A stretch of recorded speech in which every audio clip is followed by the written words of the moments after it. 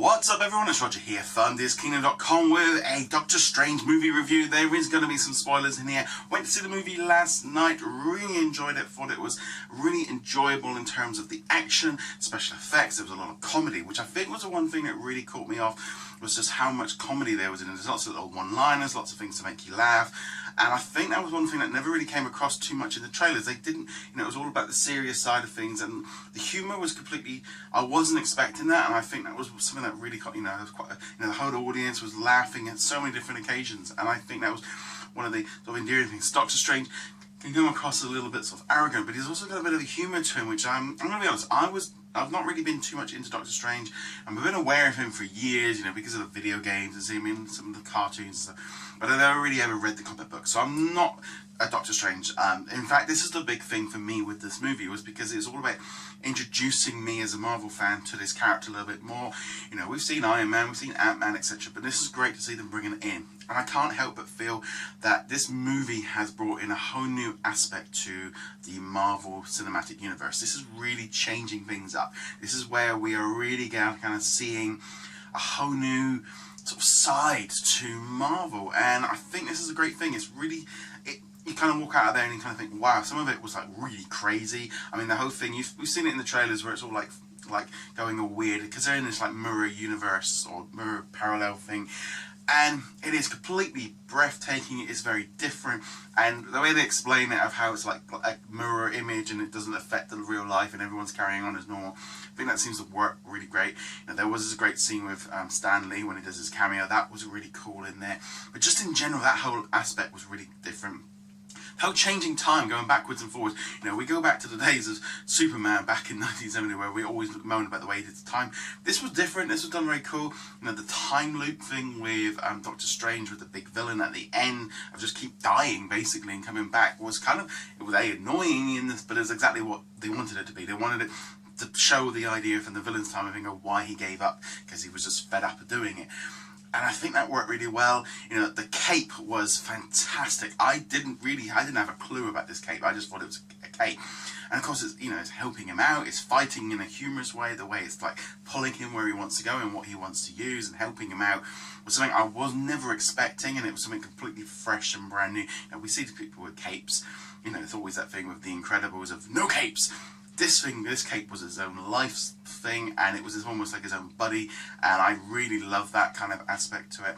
I love the way that they hit the humour with Wong and trying to get him to laugh and doing bits and pieces. Baron Mando, I wasn't expecting the end credit bit.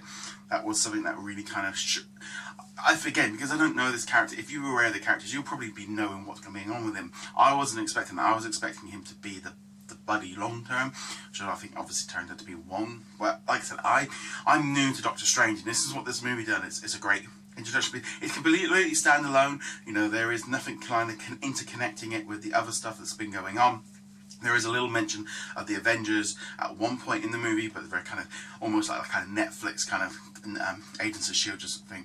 There is a great end, one of the first end credit thing involving Thor, setting up I think Thor Ragnarok, which was great. Again, some more comedy moments there with Thor, which with his beer mug that kept refilling, and just in general that was a lot of fun. So as I said, the movie as a whole was good. I really enjoyed it. You definitely want to go see it. The only aspect there was a few things I didn't quite like too much. I thought the main sort of the human villain was a little bit underdeveloped. You just kept seeing him coming. I mean, he was pretty badass. I mean, he just kept coming and wanted to fight and wanted to kill, and they set him up a little bit. But there wasn't too much given into it. He is just, the standard default villain, and he's just wanting to destroy everything. And there's this bigger sort of villain overhead that's kind of controlling it all. It just felt really cool. The scene where he is playing, kind of that rich doctor, that kind of the playboy, kind of James Bond-esque kind of thing.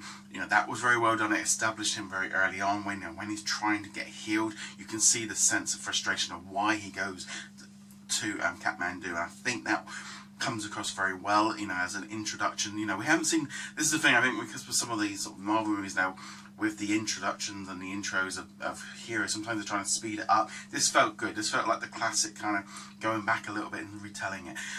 But it opens everything up for the Marvel Cinematic Universe. I'm looking forward now to seeing what they can do with Iron Fist in Netflix, because I feel like this opens up us expecting that, you know, that when he comes out and does all this fireball stuff, we're kind of seen all this sorcery thing now with Doctor Strange. It completely breaks it all up, and it is very, very different. It does bring in, I think it's going to completely change the cinematic universe. I love the fact we've got an Infinity Stone as well, another one being brought in through Doctor Strange, so that makes more sense. Just in general, I just felt great. I came out of there very impressed, loving it. I want to watch it again because it's a feast on the. I mean, I watched it in 2D. I can't help but think if you watch it in 3D and IMAX, you're literally going to be like blown. I don't like 3D with my glasses. It just doesn't work. But I must admit, I did think that would have been crazy in 3D. Like I said, great movie. Can't really praise it enough. Really, and just sort of saying, you know, if you're on the fence about it, this is a new introduction. You know, you think of like what Ant-Man did for that. This one is totally different. This is very, very different to everything we've seen before in the Marvel Cinematic Universe.